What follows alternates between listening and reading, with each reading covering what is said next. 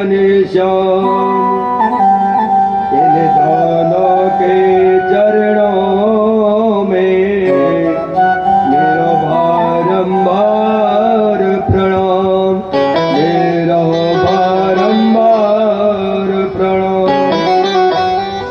ओम शांति, ओम शांति, ओम शांति।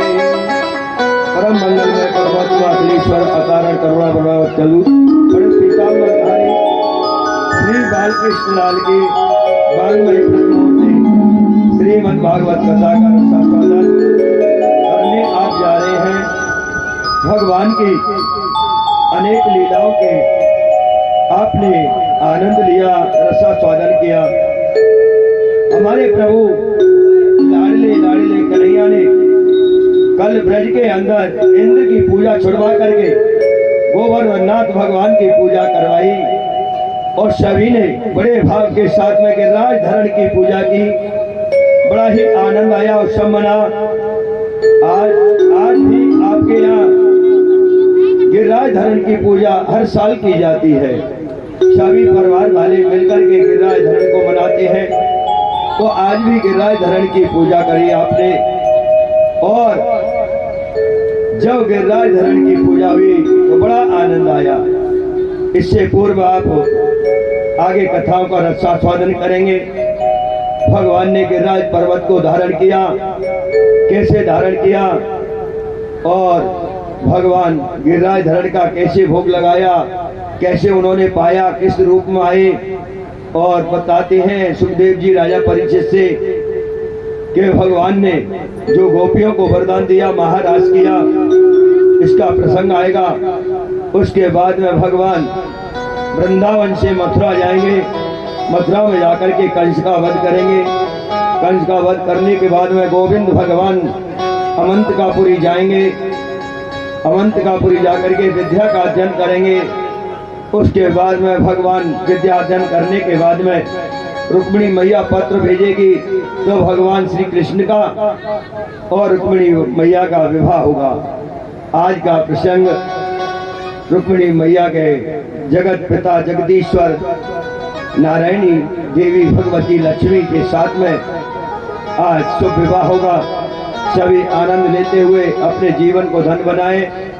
और इससे पूर्व आप अपने मुखार बिंद से, अपनी जिह्वा से 2 मिनट संकीर्तन करते हुए अपनी वाणी को पवित्र करें। गोवर्धन गिरधारी जी सुध लेना हमारे, गोवर्धन सुध लेना हमारे, गोवर्धन गिरधारी सुध लेना हमारे, गोवर्धन गिरधारी सुध लेना हमारे।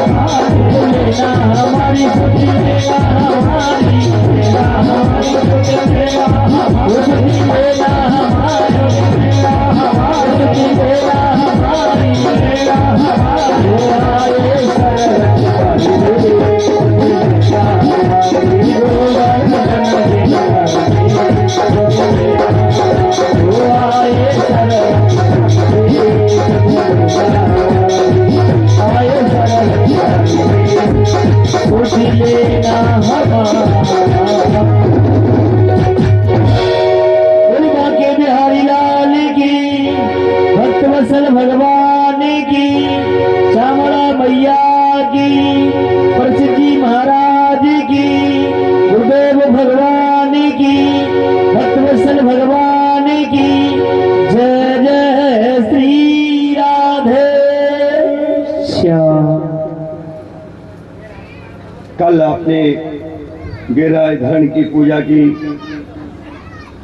जब सभी ब्रजवासी गोवर्धन नाथ की पूजा करने गए, 56 प्रकार के भोग बना करके ले गए। ध्यान से सुनो मैया, जब ब्रजवासी 56 प्रकार के भोग बना करके गिरिराज धरण की पूजा के लिए गए, तो वहां पर पूजा से पहले देवता को स्नान कराया जाता है। सभी ब्रजवासी मानसिंह गंगा में से जल लेकर के गोवर्धन नाथ को स्नान करा रहे थे। अब 1 लोटा जल ले जाते हैं गिरिराज पर्वत पर, 1 लोटा जल चढ़ाएंगे तो पता चलेगा। 7 कोस के पर्वत पर 1 लोटा जल से स्नान कराया जाए, पता नहीं चलेगा। आज ग्वाल वालों ने कहा, अरे भैया कन्हैया, तेरो गिरिराज धरण तो बड़ो धींगा है भैया, 1 लोटा 1 बाल्टी से तो नो नहीं पते बाके कान भीजे है कि ना भीजे, स्नान की तो बड़ी बात है। भगवान बोले कोई बात नहीं है, स्नान के लिए जल नहीं है तो छींटा लगा दीजिए। पंडित जी को देखा है, सुबह बैठते हैं पंडित जी अपने लोटा में से जल लेकर के, पता नहीं है यजमान स्नान करके आया या नहीं आया है, इसलिए पंडित जी छींटा मारते हैं, ओम अपवित्र पवित्र हुआ कहते हैं ना। आपको करते हैं कि नहीं करते पंडित जी? करते हैं। अच्छा, तो उससे क्या है, शरीर पवित्र हो जाता है। और शरीर तो पवित्र हो गया, ऊपर का तन पवित्र हो गया, अब अंदर का कैसे पवित्र किया जाए? तो पंडित जी क्या करते हैं, पंडित जी यजमान के हाथ करवाते हैं, कहते हैं भैया 3 बार जल पी ले। आचमन कराते हैं, ओम केशवाय नमः, ओम नारायणाय नमः, ओम माधवाय नमः, हस्तो प्रचाल्यम। 3 बार जल पीने से अंदर का तन है वो पवित्र हो जाता है। भगवान केशव नारायण का आह्वान करके जल जब अंदर जाता है तो आपके अंदर जितने विकार है ना, पाप है, वो साइड में हो जाती है, तो पूजा में आपका मन लग जाता है। इसलिए पंडित जी आपको जल पिलाते हैं। ये नहीं है कि जिजमान ने इतनी दूर से धूप में चल के आया सहतागान से, इसको प्यास लगी तो जल पिला दे, इसका गला ठीक हो जाएगा। अंदर से पवित्र करने के लिए पंडित जी जल पिलाते हैं। तो ऐसे ही बताया जाता है, भगवान श्री कृष्ण ने कहा ग्वाल वालों से, भैया धरण तो मेरा भगवान तो बड़ा तो है ही, परंतु आप जल के छींटा लगा दीजिए। उन्होंने जल के छींटा लगाए, पवित्र किया। अब कह के इनकी पूजा करो। उन पे हल्दी लगाई, चावल लगाए, रोली लगाई, उन्होंने वस्त्र इत्यादि छोड़े और पुष्प इत्यादि माला अर्पण की। माला अर्पण करने के बाद में जब माला अर्पण की, अब गिरिराज पर्वत का शरीर तो इतना विकराल है, छोटी सी माला से क्या पता चलता। उन्होंने पुष्प लेकर के छोड़ दिए। अब भोग लगाया। अब भोग को जैसे ही लगाते हैं, ध्यान देना मैया, पोपली मैया, राधे राधे, मेरी तरफ देख लो, मैं आपको देखता हूँ, आप मुझको देखो, मुझे भी शक्ति मिलेगी है। तो उन्होंने भोग लगाया गिरिराज धरण का। तो जैसे ही भोग लगाते हैं और पर्वत के मुख पर लगाते हैं, वो गिर जाता है नीचे। ऊपर भोग लगाते हैं 56 प्रकार का, वो नीचे गिर जाता है। अब ग्वाल वाल बोले, भैया ओरे काना, ओरे कनुआ, तेरो मोह तो ऐसो लगे तेरो गिरिराज पर्वत हमसे प्रसन्न ना है। ये तो नाराज है गौर का। क्यों कि हमारे भोग कोई नहीं पावे। हम जो भी भोग लगाते हैं मुंह में जाने ही नहीं देता है और बाहर ही निकल जाता है। अगर कोई प्राणी किसी को भोजन करा रहे हैं, प्रसादी पवा रहे हैं, अगर वो अंदर नहीं प्रसादी को जाने देते हैं, थोड़ा मुंह से लगाया, फेंक दिया, तो कहे अच्छा नहीं है या मुझे पसंद नहीं है या भोजन में कोई कमी है, प्रसादी में कमी है। तो बाल वालों ने कहा, कन्हैया ये बताए तेरे गिरिराज धरण को का चाहिए, ये प्रसन्न है कि ये प्रसादी क्यों नहीं पावे भैया। अब भगवान ने सोचा, भोले हैं मेरे ब्रजवासी, बड़े ही भोले हैं, अब इनको प्रसन्न तो करना ही है। भगवान ने एक रूप धारण किया, गिरिराज पर्वत में अंदर प्रवेश कर गए। एक रूप से पूजे, वो एक रूप से ही पुजावे। खुद पूज रहे हैं और खुद ही को पुजा रहे हैं। अब तो ब्रजवासी लेकर के भोग जाते हैं, कढ़ी, चावल, पकौड़ी, जलेबी इत्यादि इमरती लेकर के भोग लगाते हैं 56 प्रकार का। अब तो भगवान ने मुखार बिंद को खोल दिया कन्हैया ने। जब कन्हैया ने मुखार बिंद को खोला तो ब्रजवासी जो भी भोग लेकर के जाते हो भगवान उसको पा जाते हैं, सब पाते जा रहे हैं। अब तो भगवान कहते हैं, लाओ ब्रजवासी भोग, लाओ ब्रजवासी भोग। भगवान स्वयं कन्हैया गिरिराज पर्वत में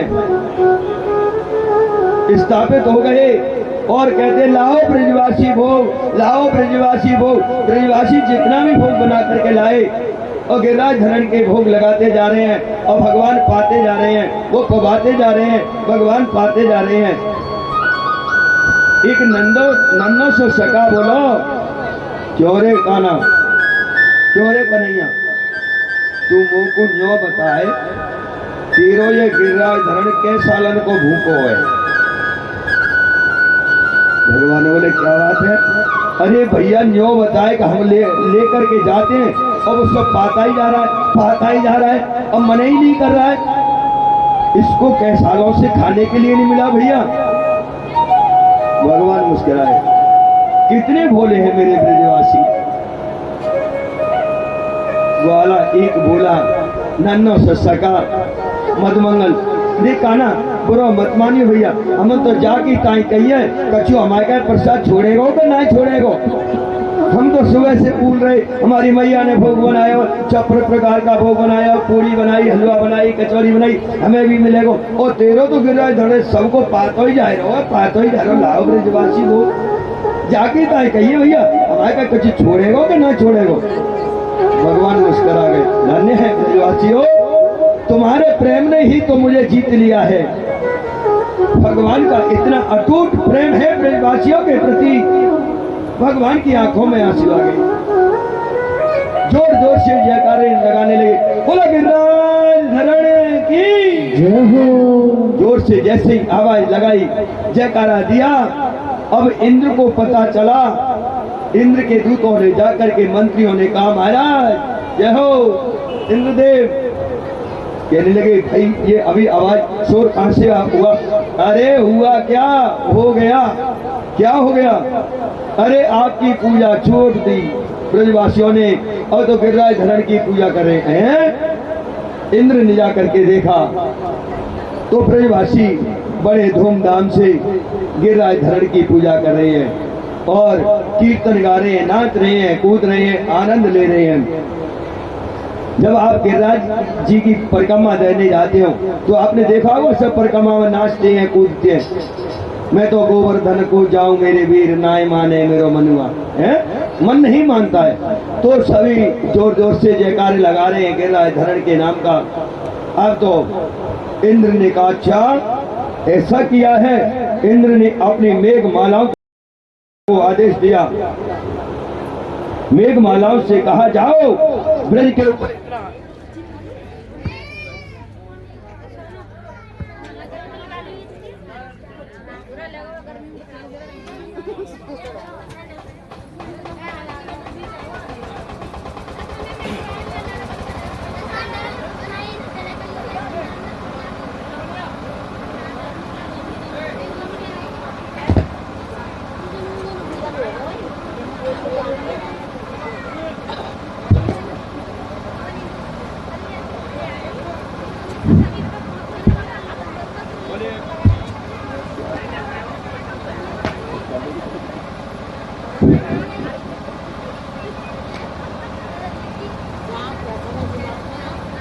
बोले वृंदावन बिहारी लाल की, बोले गोवर्धनाथ भगवान की। आए ब्रजवासियों ने जब पूजा की तो इंद्र ने आदेश दिया मेघों को जाओ इतना घोर वर्षा करो, ब्रज मंडल को डुबा दो। अब जब इंद्र ने कहा गणम संवार्तकम नामम मेघानाम चंतकारणामे इंद्रम प्रजायम दश्यन्तो क्रोधम वाच्यतो सामयुक्त। ऐसी वर्षा करो हे गणों कि पूरा ब्रह्मंडल डूब जाए। जब इंद्र के कहने पर मेघवर्धक जब गण गए हैं उन्होंने ब्रज पर घोर वर्षा की।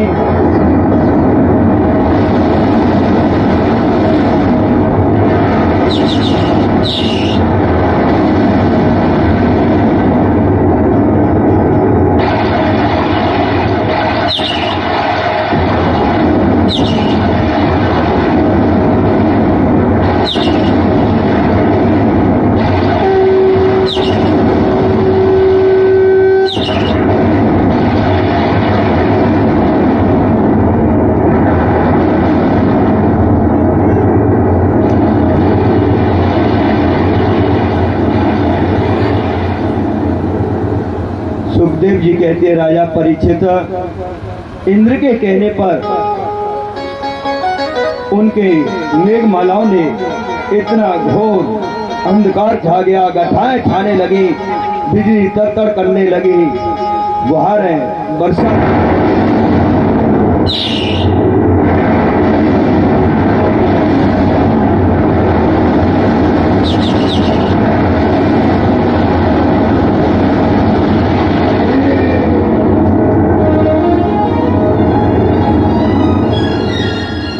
जब शाम तक मेघों ने मूसलधार वर्षा की तो भगवान ने अपने चक्र सुदर्शन को आदेश दिया, फिर चक्र सुदर्शन जाओ और ब्रज की रक्षा करो।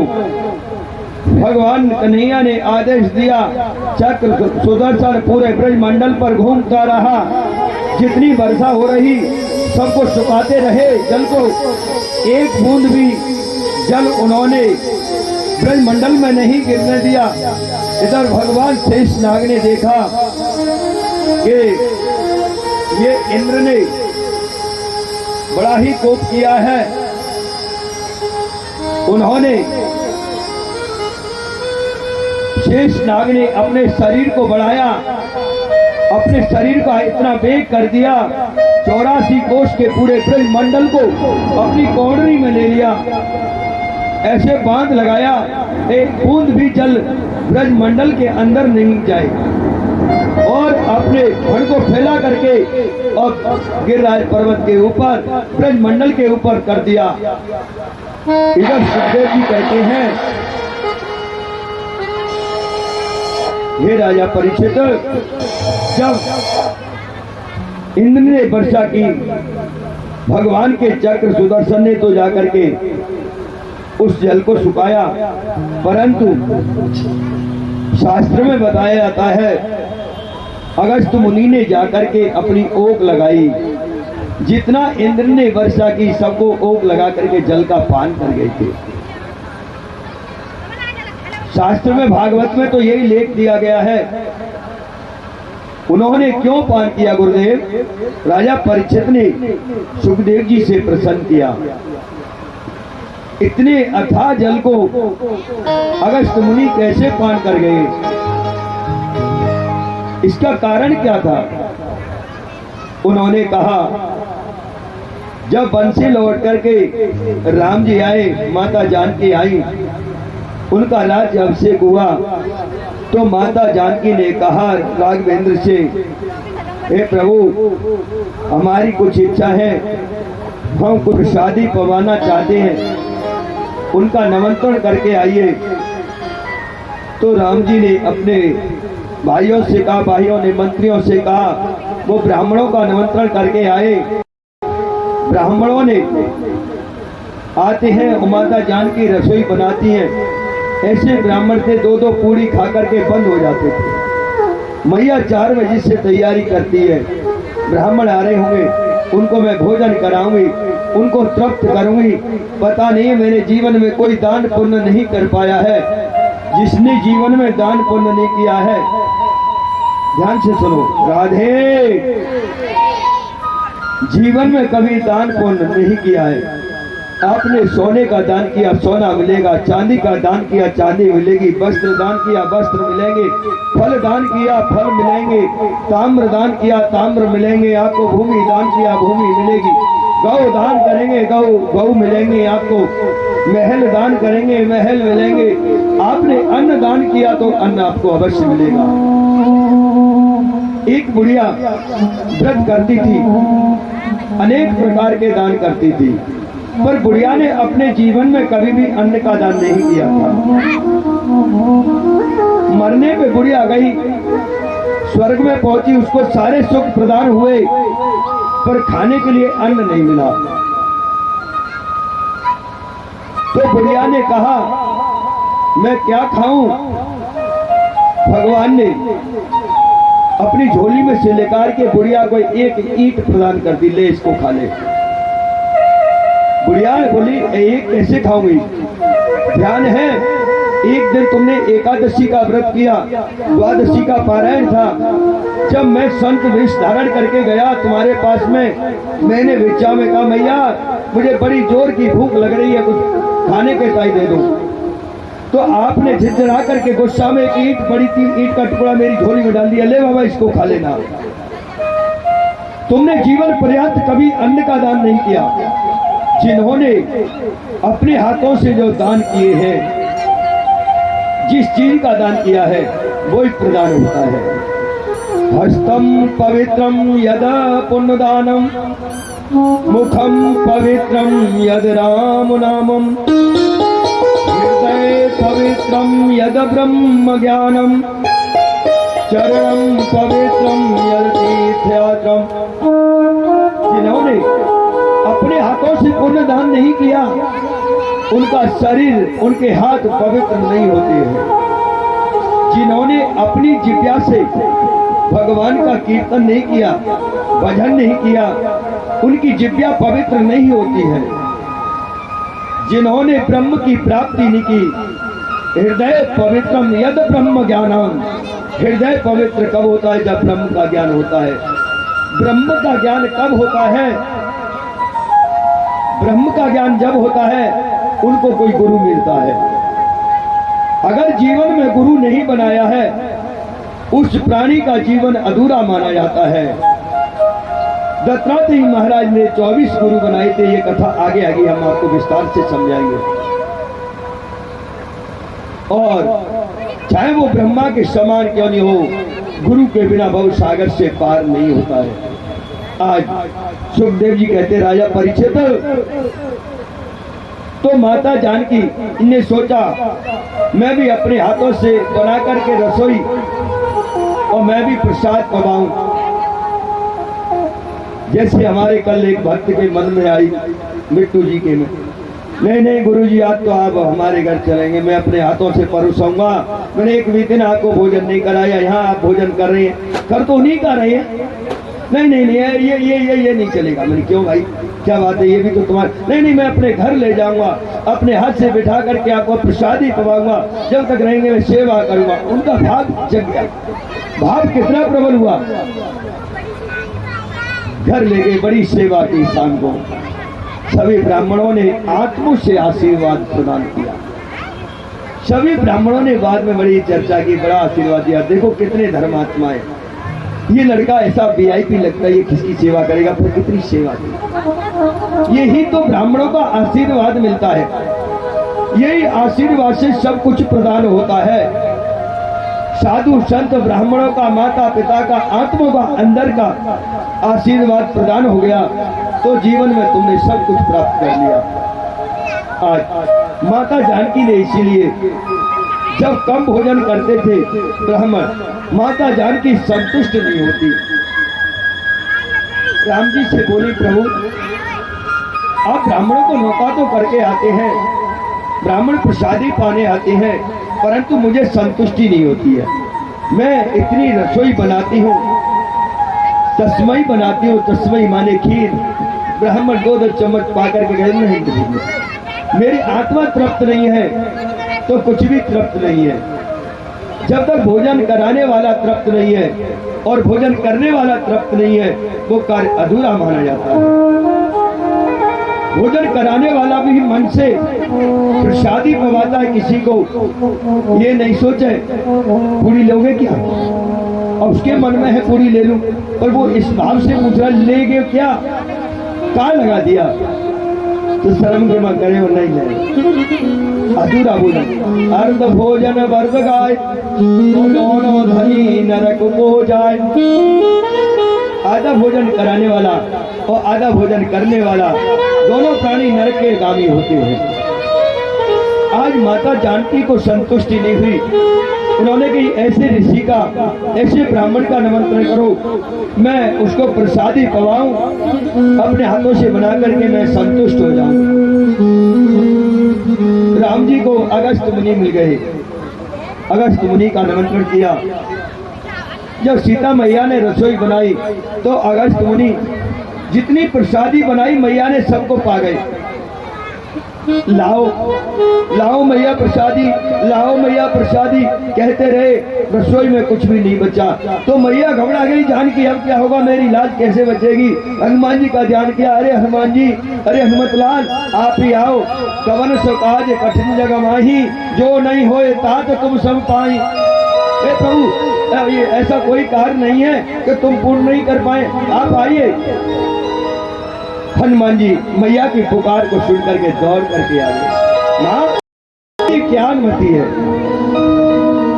बेटा हनुमान आज मेरी लाज तेरे हाथ में। ये ऋषि आए हैं, मैंने जितनी भी प्रसादी बनाई सब पा गए, इनका तो उधर ही नहीं भरता है। कहते लाओ मैया प्रसादी। जैसे कि राज धरण ने कहा लाओ ब्रजवासी भोग, लाओ ब्रजवासी भोग। हनुमान जी ने एक तुलसी का पत्ता लेकर के अगस्त मुनि की थाली में रख दिया। उन्होंने जैसे तुलसी के पत्ते को पाया, उनका उदर भर गया, डकार लेने लगे। अब कहीं जल पिलाओ, जितना रसोई में जल का सारा पी गए, कहीं और जल लाओ। हनुमान जी ने प्रार्थना की, राम जी ने प्रार्थना की कि द्वापर में हम अवतार लेंगे, आपको जल की पूर्ति वहीं करेंगे। हे ऋषिदेव हमें क्षमा करो, ऋषिवर अब क्षमा करो, द्वापर में आपको जल पान कराएंगे। बताओ त्रेता में भोजन कराया, द्वापर में आकर के भगवान अगस्त मुनि को जलपान करा रहे हैं।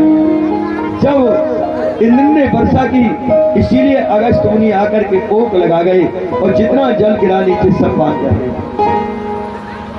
अब ब्रजवासी घबराने लगे, अरे कन्हैया, ओ भैया, ओ यशोदा के लाला, अरे कहाँ है? अरे बच्चा देख, इंद्र ने कोप कर दिया, हमने पहले कही कि इंद्र की पूजा को मत छोड़ो, तुमने ये क्या करा दिया? गैया रमाती हुई आई, बछड़े भाग करते आए, गोपियां सब भगवान को दुहाई लगा रही हैं, बचाओ बचाओ कन्हैया। भगवान ने कहा, अरे ब्रजवासियों, आप आओ तो सही मेरे पास। ब्रजवासी कन्हैया की तरफ दौड़ने लगे, क्योंकि तेज हवा चलने लगी, बिजली तड़तड़ करने लगी, मूसलाधार वर्षा होने लगी, घनघोर बादल छाए हुए थे, अंधकार छा गया, भयभीत वातावरण हो गया। भगवान ने नीचे गिरिराज पर्वत के नीचे अपनी कनिष्ठिका उंगली को लगाया और छिवलो उंगली पर गिरिराज पर्वत को धारण किया और गिरिराज पर्वत धारण करके कन्हैया खड़े हुए। कन्हैया ने कहा, ब्रजवासियों आओ, आकर के इसके नीचे छुप जाओ। अब ब्रजवासी, अब मैया पुकारने लगी, अरे भैयाओ, ब्रजवासियों आओ, मेरे धर्म कलाई हैं और आकर के सभी सहायता करो। हर नथ पे गिरवर लियो धारी, कन्हैया मेरो वारो, नथ पर गिरवर लियो धारी, कन्हैया मेरो वारो, नथ पर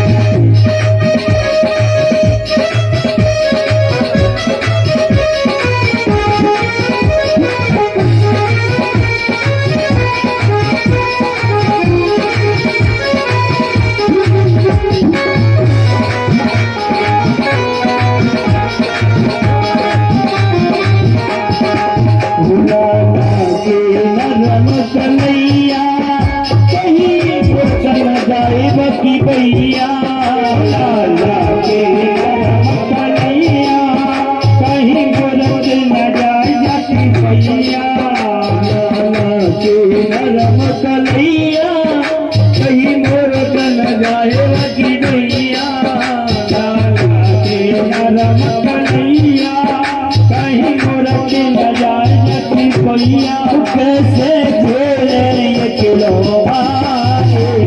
कन्हैया मेरो गार कैसे खेले मेरो गार कन्हैया मेरो गार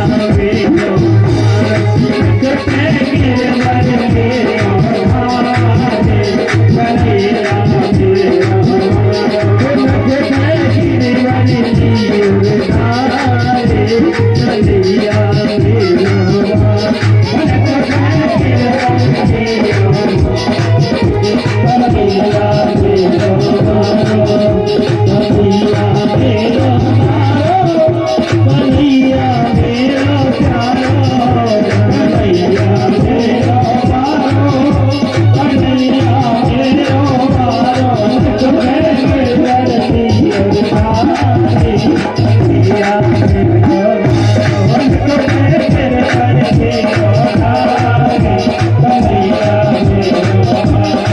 कन्हैया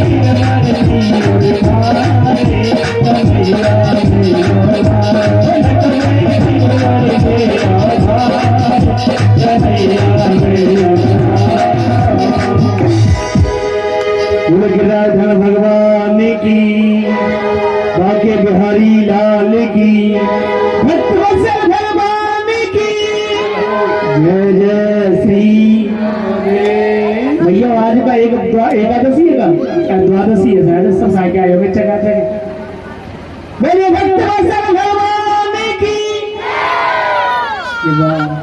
देखो आज तो कुछ ऐसा लगा ताकत है, पेट्रोल ओवर डाल के आए हैं, आज ऐसा लग रहा है। महाराज परसों 22 तारीख को पूरा दिख रही है ताकि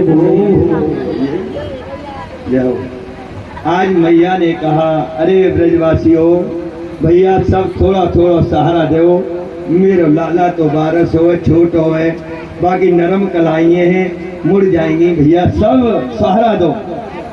अब सभी ब्रजवासियों ने अपनी अपनी छड़ियां लगा दी, हाथ लगा करके खड़े हो गए। उनमें एक छोटो सा नन्नो सका हो मधुमंगल, मधुमंगल बोलो काना ओरे काना। हाँ भैया देख तो को 3 दिना 3 रात्रि व्यतीत हो गए और तेने 7 कोष के गिरिराज पर्वत को धारण किया हुआ है और तूने 1 मिनट को विश्राम नहीं लिया है। कितने भाव से कह रहे हैं नन्हे शिष्यका भैया वो कहना 3 दिन 3 रात व्यतीत हो गए, तूने 1 मिनट को विश्राम नहीं किया है। तू एक काम कर ले काना, मैं बैठ जाता हूँ, तू मेरी गोदी में आके सो जा। नन्नो सो सका 1.5 वर्ष को सका है, और कन्हैया से कह रहा है, कन्हैया की उम्र है 7 वर्ष की और 2.5 वर्ष को सका कह रहा हूँ, मैं बैठ जाता हूँ, तू मेरी गोद में आके सो ले, आराम कर ले। कन्हैया की आंखों में आंसू आगे रोने लगे, ब्रजवासी हो तुम्हारे प्रेम ने ही तो मुझे लूट लिया है। तो भगवान कहने लगे अरे भाई तुम इस गिरिराज पर्वत के बाहर को साध लोगे? तो बाल बाल बोले क्यों रे नंद के छोरा, तू मोकू न्यो बताए, तू में कछु ताकत अलग से ज्यादा है क्या? हम पे ये गिरिराज पर्वत धारण नहीं करो जाएगा। तू एक काम कर, तू तू तू तू आराम कर ले। भगवान बोले मैं भगवान हूँ इसीलिए डांटा। एक बोलो का कही हकी में कहियो श्री धामा बोलो का कही तेने तू को है, का कही तेने तू को है भगवान है। ए काय को नंद के छोरा हमारे सामने माखन चुरा तो डोले कह रहा मैं भगवान हूँ। तू एक काम कर, तेरे अंदर जा रहा तुझको घमंड है, तू हट जा, मत मंगल की गोद में सो जा। हम डांटते हैं गिरिराज पर्वत को। भगवान बोले डांट लोगे? हाँ। भगवान ने कहा ठीक है। सब ग्वाल वालों ने अपनी अपनी छड़ी लगाई, हाथ लगा करके जैसे गिरिराज पर्वत को डांटा। भगवान की मैं उंगली नीचे कर लूं क्या? कर लो, क्या चिंता कर तो करो। भगवान ने अपनी उंगली को ढीला किया, गिरिराज पर्वत नीचे आने लगे, चर्र मर्र होने लगी। कनिया कनिया कनिया कनिया क्या हुआ? अरे भगवान बोले अभी तो कह रहे कि हम डांट लेंगे। और का न्यो बताए, आशुतोष नाम को सका आके कन्हैया की मुंह की तरफ देख करके बोलो न्यो बताए तू नंद के छोरा, तो मैं इतनी ताकत कहां से आई? राधे, जोर से बोल दो राधे। अब क्या बोल दो राधे। क्योंकि कोई नाराज है का, लड़ाई करके आई, झगड़ों करके आई, तो जाने का सिखाएगी तो अच्छा रहेगा। तो जो आशुतोष नाम का सगा था कन्हैया का, भगवान की मुखारविंद की तरफ देख करके बोलो कौरे नंद के छोरा, तू मोह को न्यों बताए तेरे अंदर इतनी ताकत कहां से आई? तेने अकेले ने गिरिराज पर्वत को छिगलो उंगली के नख पे रोक लिया। हम पूरे ब्रजवासी लग गए एक पल के लिए, एक क्षण के लिए इस गिरिराज पर्वत के भार को सहन नहीं कर पाए। तू हमको न्यों बताए तेरे अंदर ताकत कहां से आई? भगवान मुस्कुराने लगे। भगवान कहने लगे कछु माखन को बल बड़ो, कछु माखन को बल बड़ो, कछु गोपन करी साय, और राधा जू की कृपा से मैंने गिरो उठाए। भैया कछु तो माखन को बल बढ़ गए, गोपी बड़े प्यार से माखन खिलायो। कछु माखन को बल बढ़ो, कछु गोपन करी सहाय, कछु आपने सहायता करी है, और राधा जी की कृपा से मैंने गिरधर लियो उठाए। आप लोगों की शक्ति से तो मैंने उठाया है। आशुतोष नाम को सका बोलो जब तो हम कह दायरी के हम कमजोर से कैसे है गए हैं, तो में इतनी ताकत है। अब तक तो तू नंद के छोरा माखन चुराव तो, और तो तू हमारी शक्ति की चुराई लगा हुआ है। जब ही तो हम सोच रहे गिरिराज पर्वत हम कैसे नहीं डांट पाए। भगवान हंसने लगे। धन्य है ब्रजवासी हो। इधर सुखदेव जी कहते हैं राजा परीक्षित जिस दिन भगवान ने गिरिराज पर्वत को धारण किया था उस दिन नंद बाबा की उम्र 85 वर्ष की थी और कन्हैया की उम्र 7 वर्ष के थे। आज कन्हैया ने 7 वर्ष के कन्हैया ने 7 कोस के गिरिराज पर्वत को 7 दिन तक अपने नख पर धारण किया। सभी ब्रजवासी उसके नीचे बैठे रहे। अब इंद्र ने जाकर के अपने गणों से कहा देखो जाकर के ब्रजमंडल डूब गया क्या। जब उनके मेघमालाओं ने संगवर्धक उनके गणों ने जाकर के देखा ब्रज में तो धूल उड़ रही थी। उन्होंने कहा इंद्र से अरे ब्रज में तो धूल उड़ रही है, एक बूंद भी जल नहीं है। विशुद्धम सत्यमेतामं धामं शांतायं तपोमया दश्यतमेकं मायामयः गुणाश्रियमेवं न विद्यते गृणाम्बो बंधनम। एक बूंद भी जल नहीं है ब्रज के अंदर, धूल उड़ रही है। इंद्र कहने लगा ऐसा कैसे हुआ। विशुद्धं सत्यत्वमेवं धाम शांतं तपोमयः ध्यायस्तमेष्टं मायामयं गुणाप्रमेणं न विद्यते गृणामहो वंदनम। तो उन्होंने देखा ऊपर चक्र सुदर्शन घूम रहा है भगवान का।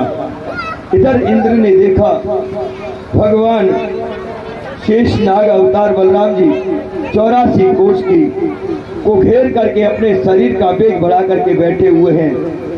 इधर देखा गुरु अगस्त मुनि ओक लगा करके जल का पान कर रहे हैं। इंद्र बड़ा चक्कर में पड़ गया। पिता गुरु इष्टमेवं जगत पिता धेधियतम दुरास्तम कालातो दंडनायम हिंतम चतो मासनम विद्वशतम जगदीश्वरम मतीना ममेनहम। उन्होंने कहा, हे जगदीश्वर, हे भगवान, मुझसे बड़ी भूल हुई। इंद्र ने आकर के भगवान से क्षमा प्रार्थना मांगी। भगवान ने क्या कहा, अरे इंद्र, तुमको बड़ा घमंड हो गया था और तूने ब्रजवासियों भोले ब्रजवासियों को तुमने बड़ा कष्ट दिया। इंद्र ने बड़ी भगवान से प्रार्थना की। भगवान ने क्या कहा, भाव का भूखा हूँ, भावी एक वेद है, भाव से कभी लेता नहीं, भाव से एक फूल भी देवे तो मुझे स्वीकार है। कोई कुभाव से मुझे कितना भी प्रदान करे, भाव बिन कछु भी वो देवे, भाव के बिना कुछ भी प्रदान करता है मैं उसको स्वीकार नहीं करता हूँ। भगवान ने कहा, मैं कभी लेता नहीं, भाव से एक फूल भी देवे तो मुझे स्वीकार है। भाव से एक फूल भी भगवान को आप अर्पण करते हैं तो भगवान उसको स्वीकार कर लेते हैं। तो आपका भाव नहीं है, जबरदस्ती भंडारे में कह दिया, एक मन हम भी गेहूँ कहते हैं कि भैया दान कर दो, 50 केजी हमारा भी बोल दो, तो वो दान तुम्हारा लगेगा नहीं। भाव हो तो 1 केजी दान करो, कोई जरूरी नहीं है 50 केजी ही करेंगे। भाव से एक फूल भी परमात्मा को आप अर्पण करते हैं तो परमात्मा उसको स्वीकार करते हैं। भगवान कहते हैं, हम भक्तन के भक्त हमारे, सुने अर्जुन प्रतिज्ञा मेरी यह है, व्रत टारे नहीं टरे, मैं भक्तन को अधिकारी हूँ। भक्त तो हमारे हैं भक्तों के, और बताया जाता है भक्त हमारे पग धरे। भक्त क्या है, ध्यान दीजिए, भगवान क्या कह रहे हैं इंद्र से, हे इंद्र, भक्त हमारे पग धरे, वहां धरूं मैं हाथ, सदा संग लागत फिरूं, कबहू न छोड़ूं साथ। भगवान ने कहा, हे इंद्र, भक्त मेरे एक पग भी रखते हैं। जैसे आप भगवान के भक्त हैं, इस गर्म धूप में आ रहे हैं, ये धूल भी गर्म है तो आपके पैर जल रहे हैं, तो भगवान अगर भक्ति है तो अपना हाथ लगा देते हैं। भक्त हमारे पग धरे, मैं धरूं उनके हाथ, और साथ लगत फिरूं, कभी न छोड़ूं उनका साथ। उनके साथ साथ घूमता हूं भक्त के, जैसे तुम्हारे शरीर के साथ में तुम्हारी छाया घूमती है। छाया कभी शरीर से अलग होती है क्या, बताओ, होती है क्या? नहीं होती है। देखा छाया को आपने, कैसी है, कैसी है भैया छाया? देखा है छाया को? छाया रूप है परमात्मा। परमात्मा को कभी देखा? खाली उनका नाम सुना, उनके रूप का चिंतन करोगे तो परमात्मा के अवश्य दर्शन करेंगे। अब इंद्र ने भगवान से बड़ी प्रार्थना की। भगवान ने कहा, इंद्र, तुमको बड़ा घमंड हुआ था, अब ऐसा ब्रजवासियों को, मेरे भक्तों को कष्ट मत देना। इंद्र कहने लगा, अब मैं स्वर्ग जाना नहीं चाहता हूँ कन्हैया, लग रही आस करूं ब्रज में बास, तलहती गोवर्धन की महे, अब तो मेरे मन में ऐसी आस लग रही है ब्रज में वास करूं, तलेटी गोवर्धन की मैं रहूं हमेशा और संतों के दर्शन करूं। उन्होंने कहा, यह कलयुग का पर प्रताप, मानस पुण्य होए नहीं पाप। ये कलयुग का ये प्रताप है। मानस जो मनुष्य पुण्य कम करता है और पाप अधिक करता है। हे गोविंद, मैं अब जाना नहीं चाहता हूँ। कृष्ण दर्शन देंगे कभी न कभी, कभी न कभी तो मुझे आप दर्शन देंगे। ऐसा विश्वास मन में जगाओ चलो, कृष्ण गोविंद गोपाल गाते चलो, मन को विषयों के विष से हटाते चलो। कृष्ण देंगे कभी न कभी, कृष्ण हमको दर्शन जरूर देंगे कभी न कभी, ऐसा मन में विश्वास होना चाहिए। भावभूत प्रसन्नात्मनायम शोचन्ते कदाचितायम, समहं सर्वते भूतेषु भवतो भक्ता लभते परमां गतः। भगवान ने क्या कहा है गीता में? भूत हूँ तो मैं हूँ, भविष्य हूँ तो मैं हूँ, वर्तमान हूँ तो मैं हूँ, धूप हूँ तो मैं हूँ, छाया हूँ तो मैं हूँ, बादल हूँ तो मैं हूँ, काल हूँ तो मैं हूँ, ईश्वर हूँ तो मैं हूँ। गीता में भगवान ने स्वयं कहा है, हे अर्जुन, जो कुछ हूँ संसार में मैं हूँ। आज अर्जुन से अनेक प्रकार से उन्होंने गीता में उपदेश दिया। इधर भगवान श्री कृष्ण ने इंद्र को उपदेश दिया, न गृहम न गृहात्यम गृहाणी गृहामुच्चकायम ते। अब उन्होंने कहा, जाओ तुम्हारी गृहिणी तुम्हें इंतजार कर रही होंगी। तो उन्होंने अनेक प्रकार से भगवान की स्तुति गाई और इंद्र कहने लगा, जाओ। तेरी सूरत को जब से देखा, बेहोश हुए मदहोश हुए। अब प्रीत की रीत निभा दे जरा, चलियो में सर को झुका कर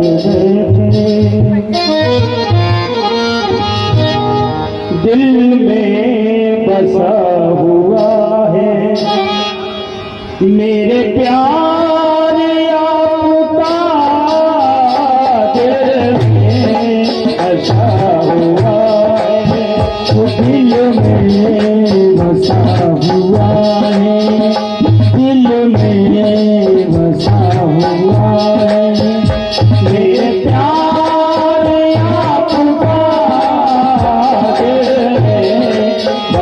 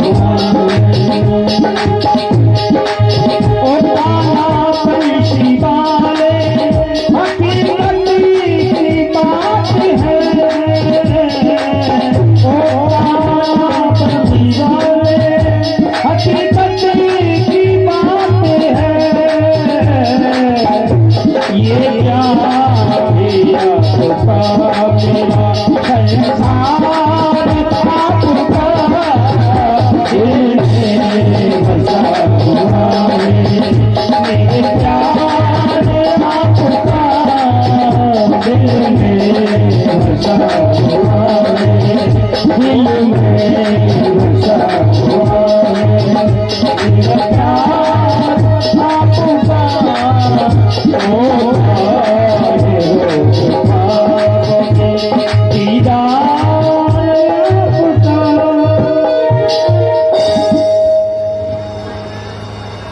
कृष्ण कन्हैया लाल की, बोलो चावड़ मैया की, वृंदावन बिहारी लाल की जय हो। अभी ना बोल रहे जो अभी कछु कमी रह गई है। काय की कमी रहेगी भैया? काना मिलो खाने को सही से ही बताइए। 2.5 किलो खरबूजे ने खाए के आई है, तब ना बोला जाएगा। जय के ना बोले हैं कमैनी से मुड़े तो हला दे नीचे ऊपर को टकासी जीवे नहीं चला। और भैया सुनो, इधर के थोड़े पीछे हो जाओ। अगर महाराज के दर्शन करने हैं, नृत्य देखना मयूर का, जगह नहीं छोड़ेंगे तो मयूर नृत्य नहीं होगा। महाराज के दर्शन तो हो जाएंगे, और नहीं तो इधर मुंह कर लियो, हम तो महाराज वहां करा देंगे भैया। सामने हो जाएगा तो अच्छा है, आपकी इच्छा की बात है। थोड़े थोड़े पीछे और ने किसक गया जी ने एक बिना। राधे महाराज के दर्शन कौन कौन करना चाहते हैं वो हाथ ऊपर को करें, जो नहीं करना चाहते वो भले ही यहीं बैठे रहे। सुखदेव जी कहते हैं राजा परीक्षित, भगवान ने ऐसी लीलाएं की गोपियों को। जब चीर हरण किया था, गोपियों ने कन्हैया को मांगा, तो कन्हैया ने कहा एक दिन ऐसा आएगा मैं आपके साथ में पति रूप में आप मुझे प्राप्त करेंगे। आज कार्तिक का महीना शरद पूर्णमासी है। भगवान ने अपनी वेणु को बजाया। जब मुरली को बजाया, जब वेणु बजती, भगवान की मुरली बजती थी, जड़ चेतन हो जाता, चेतन जड़ बन जाता।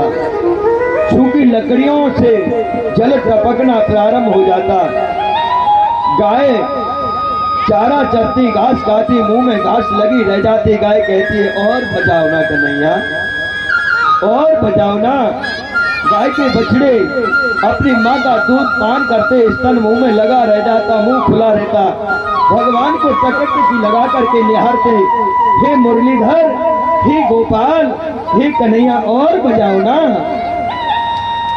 भगवान उस मुरली को बजाते, कहते कंदसी मीठी असी अस कह, रसगुल्ला सी श्याम बांसुरी बजाई, खाजा सी धाय सकी, खेच खीर सी खाई, लड्डू से मोहन रूठ गए, तो जलेबी से राधा मनावन को आई।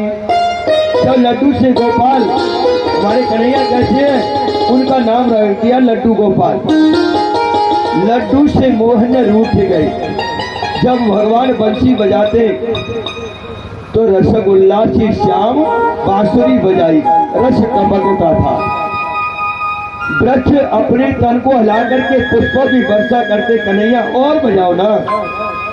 हे माधव, हे गोपाल, अपनी वेणु को और बजाओ। तो रस टपकता था, तो सखियां गोपियां भज करके दौड़ती, मानो ऐसा लगता खाजा सी धाय सकी, खाजा सी धाय सकी, खेच खीर सी खाई। खीर कैसे खाते हैं, कैसे खाते हैं खीर? हाथ में लेगा, हाँ। अरे बड़े सोलड़ा के लेते हैं खीर खाने में, लेते कि नहीं लेते? तो डायरेक्ट पानी की तरह पी जाती है। खेच खीर सी खाई, लड्डू से मोहन रूठ गए। भगवान जब रूठ जाते, अरे क्यों आ गई, इतनी भीड़ आ गई, मैं नहीं बजा रहा हूं। लड्डू से मोहन रूठ गए। तो राधा रानी को पकड़ करके लाती गोपियां। तो राधा रानी कैसी है? जलेबी सी राधा मनावन को आई। राधा रानी इतनी सुंदर है जैसे जलेबी होती है ना। जलेबी को देखा किसी ने? किसने जलेबी को देखा बताओ? इन्होंने जलेबी देखी नहीं कभी। चलो कल मंगा करके हम दिखा देंगे, ऐसी होती है जलेबी। जलेबी देख करके मुंह में पानी आ जाता है। राधा रानी को देख करके सबका मन बेचैन हो जाता है। राधे तू मेरी स्वामिनी, मैं राधे को दास जन्म जन्म मोई दीजियो श्री वृंदावन को वास। भगवान श्री कृष्ण ने, तुम तो मेरी स्वामिनी है, मैं तो आपका दास हूँ। राधे तू बड़ी भागिनी, कौन तपस्या कीन, तीन लोक तारन करन सो तेरे अधीन। तीनों लोगों को तारने वाली हो हे राधे। आज भगवान ने अपनी वेणु को बजाया। शरद मास की पूर्णमासी है, कार्तिक का महीना है। मुरली को जब बजाया, अर्धरात्रि है और चंदा की उजेरा खिल रहा है। शुक्ल पक्ष का जो चंद्रमा होता है, आपने देखा होगा शरद पूर्णमासी को मानो ऐसे लगता है कि दिन निकल गया।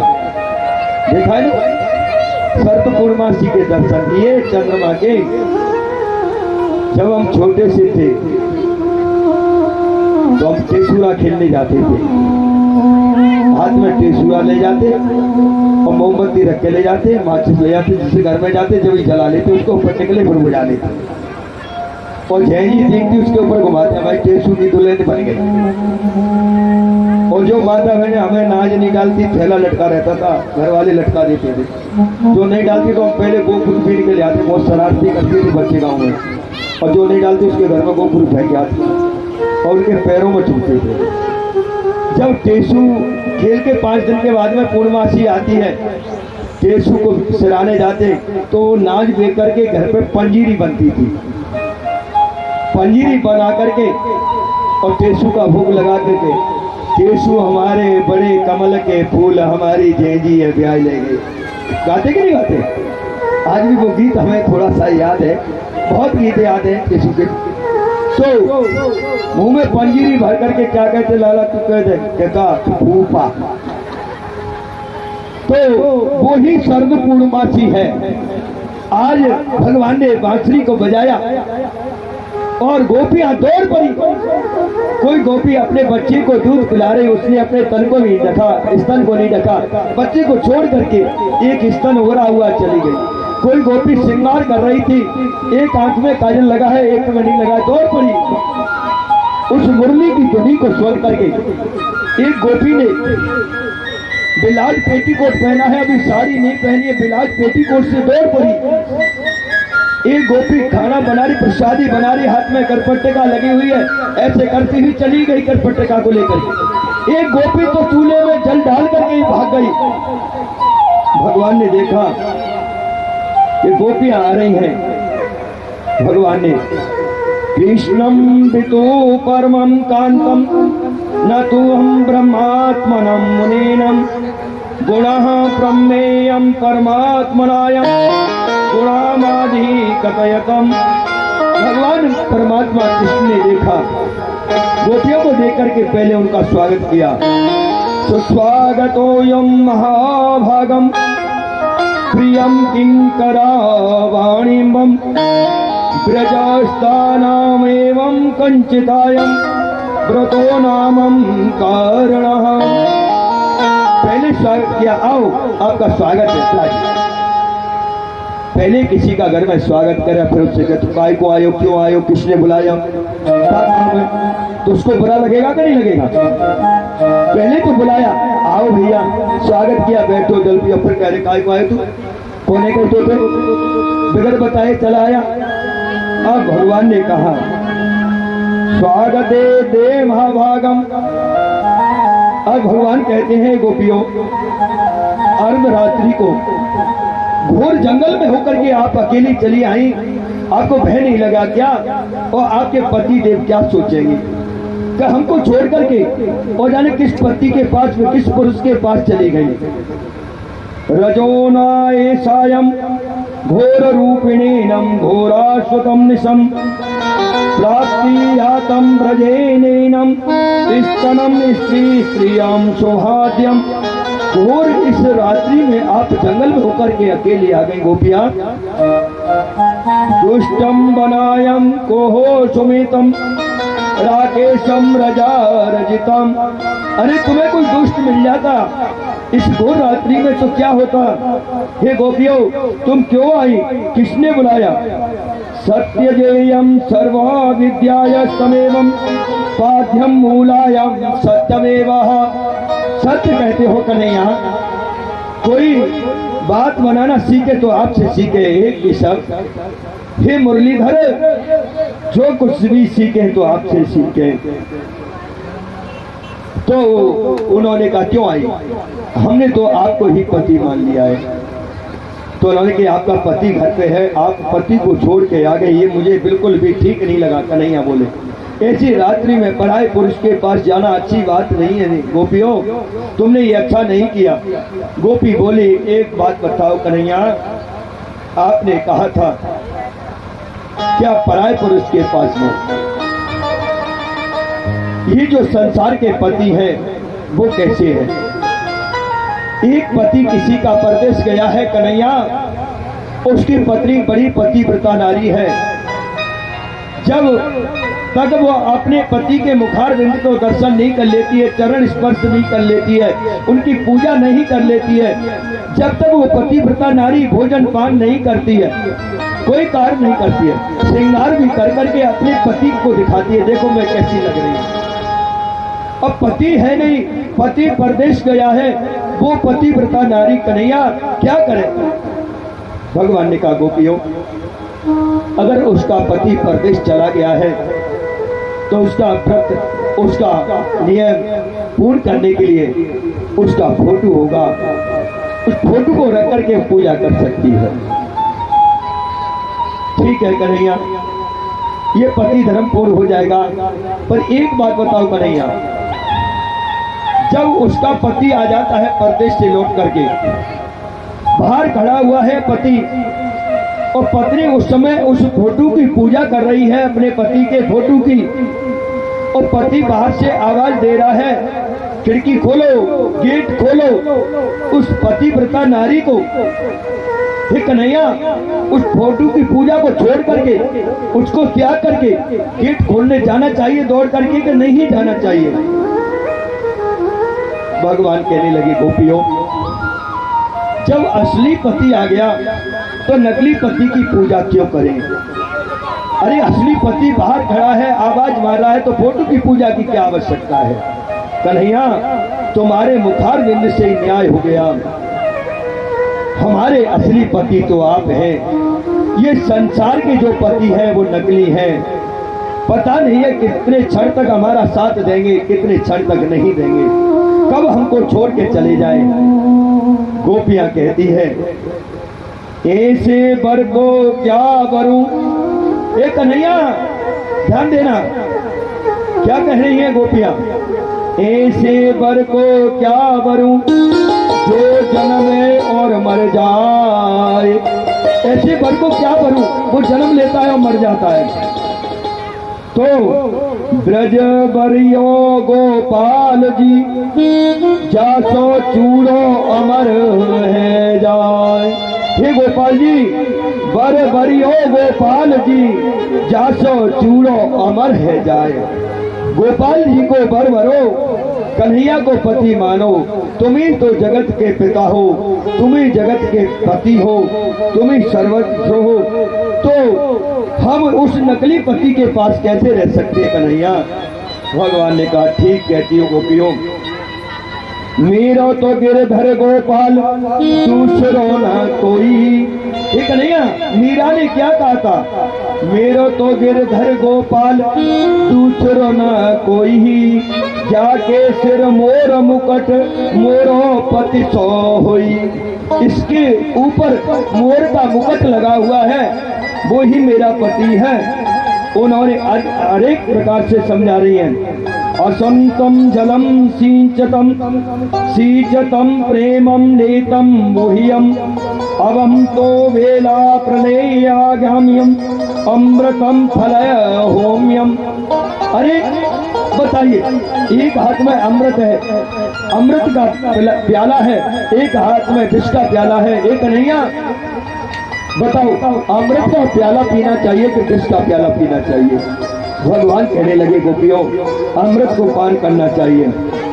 तदीकयं माथ्यावने प्रेमं विलोयतम् एवं माखनं शवं काटं लियं छाया पियो गोमयतम्। अरे दधी के अंदर जब बिलोते हैं उसकी छाछ बना देते हैं, उसके अंदर से माखन को निकाल लेते हैं। कन्हैया तुम तो हमारे माखन हैं। संतन ढिंग बैठे बैठे लोक लाज खोई है, दासी मीरा लाल गिरधर तारो अप सोई है। अरे कन्हैया तुम कुछ संतों के पास बैठने लगे हैं, इसीलिए तुम हमारी मर्यादा को नहीं समझते हैं। दो दो गोपीन बीच बीच माधव बने हैं।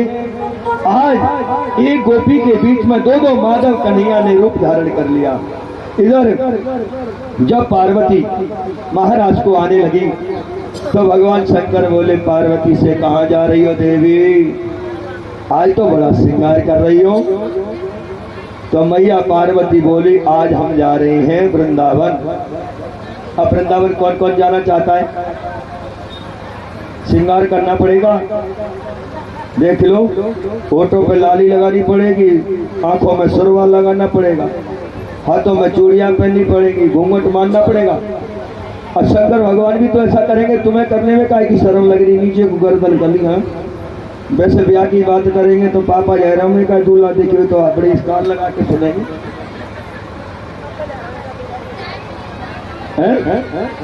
तो भगवान के लिए इतनी शर्म काहे की है? अरे वो तो जगत पिता है।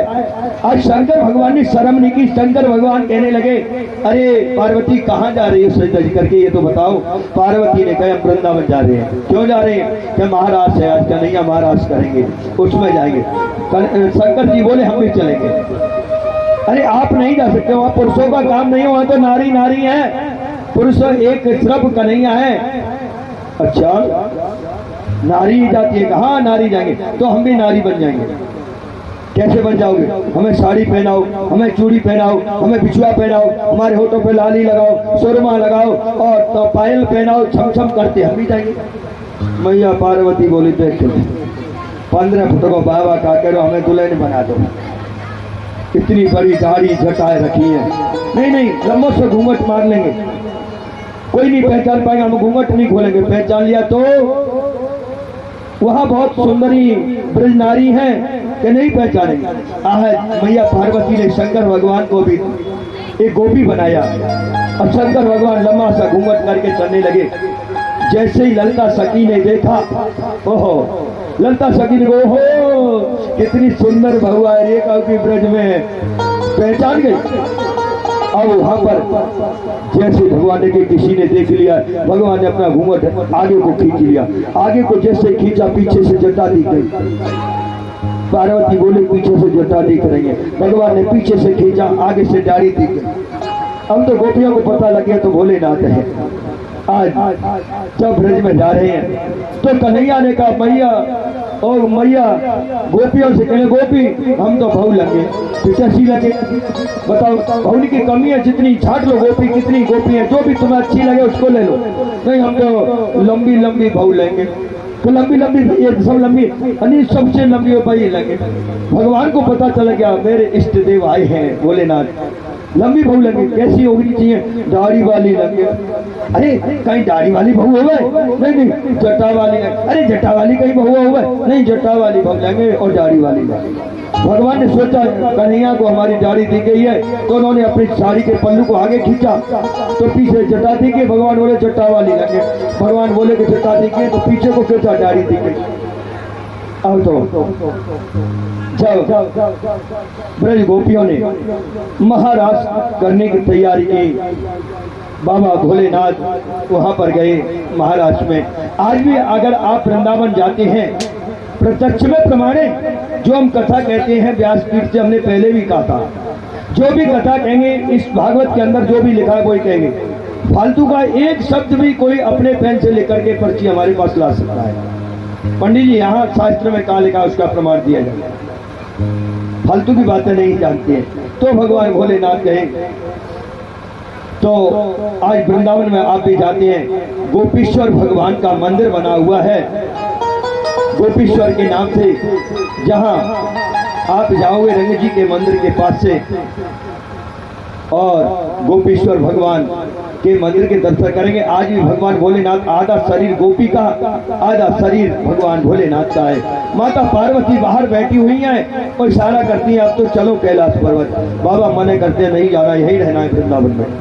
वृंदावन ऐसी राजधानी है जो वहां चला जाता है कन्हैया से नैन लग जाते हैं तो वो फिर आने का मन नहीं करता है। इसीलिए तो आप बिहारी जी के दर्शन करने जाते हैं। बार बार वो पुजारी पर्दा को लगाते हैं और हटा देते हैं, बार बार लगाते। क्यों लगाते हैं? क्या बिहारी जी के नैन लग गए इससे तो ये यहीं रह जाएगा, इसके नैन लगे बिहारी जी से ये यहीं रह जाएगा। भगवान की लीला अनेक हैं। आज जितनी गोपियां थी उतने कृष्ण बन गए। वहां पर जब महाराज की तैयारियां हुई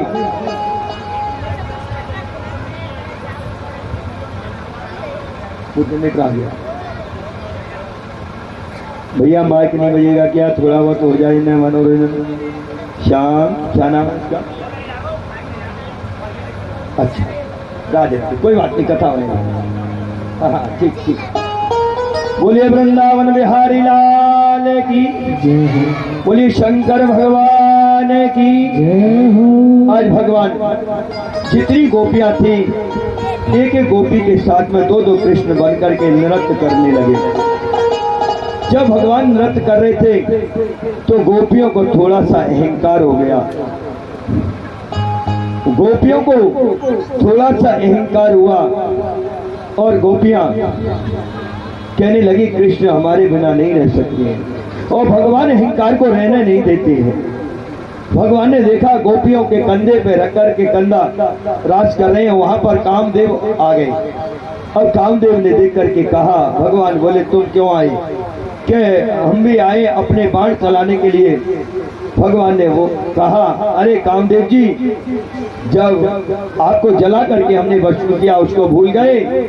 उन्होंने कहा वहां पर सुंदर नारियां नहीं थी, यहाँ सुंदर नारियां यौवन श्री कृष्ण है, हमारे तो यहाँ काम बाढ़ चलेंगे ही। आज कामदेव को भी भगवान ने उल्टा लटका दिया, क्योंकि भगवान ने कामदेव को इसलिए उल्टा लटका दिया कि भगवान मोर की पंख, जो मयूर पंख लगाते हैं, मोर कभी भी काम वासना नहीं करता है, इसलिए भगवान ने मोर पंख को धारण किया। भगवान के अंदर ऐसी भावना कभी नहीं आई। गोपियों को, गोपियां उनकी ऋचा हैं, उनके अंग हैं। भगवान ने अनेक प्रकार से गोपियों के साथ नृत्य करने लगे। कृष्णायम पयागतियम, और कृष्ण भगवान को पाकर के गोपियां कैसी प्रसन्न होने लगी। लाली मेरे लाल की जित देखूं उतलाल, लाली देखन में चली और मैं भी हो गई लाल। गोपियां गई कन्हैया को देखने, वो कन्हैया में सब रम गई, अपनी शुद्ध बुद्ध को भूल गई, अपने शरीर का उनको ध्यान नहीं रहा। अब तो गोपियां कृष्ण के कंधे पर रख करके नृत्य करने लगी, रास होने लगा। महाराज आज भी आप वृंदावन में जाएंगे, निधि बने हैं टेढ़े खम्मन के पास में, निधि वन में आज भी भगवान राज करने आते हैं। वहां पर दिन में जाओगे करोड़ों बंदर मिलेंगे आपको, अरबों पक्षियां मिलेंगे, लाखों पुरुष नारी मिलेंगी, और रात्रि को वहां पर एक पक्षी भी वास नहीं कर सकता है, एक बंदर भी नहीं मिलता है। भगवान आकर के निधि वन में राज करते हैं, वहां पर श्रृंगार रखा जाता है, राधा रानी आकर के श्रृंगार करके सफेदरा मिलता है, दांतों रखते हैं, दांतों चबी हुई मिलती है। इसका प्रमाण है एक संत जी जबरदस्ती पीलू के वृक्ष के नीचे लेट गए चेत अवस्था में। गोसाइयों ने समझा कि ये तो मृतक शरीर है, पड़ा रहने दो, सुबह इनका दाग संस्कार होगा, छोड़ करके चले गए। उस संत ने भगवान के महाराज के दर्शन किए, भगवान ने उसको देख लिया, उसी दिन उस संत को बहरा बना दिया, गूंगा बना दिया और शरीर ऐसा हो गया उसको संसार की पता ही नहीं है, कौन पुरुष है, कौन नारी है, कौन भगवान है, कौन मैं हूँ, ऐसा कर दिया। आज भी वहां पर कोई नहीं रहता है। तो जब गोपियों को हिंकार हुआ, भगवान छोड़ करके गोपियों को चले गए, अंतर्धान हो गए। अब गोपियां चिल्लाने लगी, अरे लता पता हो, ए वृक्षो, तुमने कन्हैया को देखा क्या? कहती हैं, मिलतई दुख दारुण दुख देही और बिछड़त प्राण हर नहीं। किसी चीज को पाने में बड़ा ही कष्ट होता है, उसको पाने में बड़ी मेहनत करनी पड़ती है, दुख उठाने पड़ते हैं, और जब वो चीज आपके पास से बिछड़ जाती है तो मानो ऐसा लगता है कि प्राण ही निकल गए, प्राणों का हरण कर ले गए। आज गोपियों को पाने में कन्हैया को बहुत समय लगा, बड़ा उन्होंने व्रत किया, स्नान किए, सब कुछ किया। जब गोपियां भगवान के साथ नृत्य कर रही तो हिंकार थोड़ा आया, भगवान छोड़ के चलाई। राधा रानी को लेकर के जाने लगे, काफी दूर निकले। राधा रानी बोली, मेरे बिना कृष्ण नहीं रह सकती है। थोड़ा राधा रानी को भी हिंकार आया तो भगवान से बोली, हे माधव, हे प्राणनाथ, हे कन्हैया, अब मुझ पर नहीं चला जाता है, मेरे पैरों में तो छाले पड़ गए, हे कन्हैया, अब मैं नहीं चल सकती हूँ। तो भगवान ने कहा, अच्छा नहीं चल सकती हो, क्यों? राजा हुआ। भगवान ने कहा, तो मेरे कंधा पे बैठ जाओ। भगवान जैसे जमीन में बैठे, राजा रानी ने अपना चरण उठाया, गोविंद के कंधे पर रखना चाहा, गोविंद वहां से अंतर्ध्यान हो गए। अब राधा रानी भी चिल्लाने लगी, हे कन्हैया, हे गोविंद, तुम कहाँ गए? जयत जयत दी जन्मानम ब्रजम से इंद्राशयम सदयम। हे कन्हैया, हे माधव, आप कहाँ गए? आप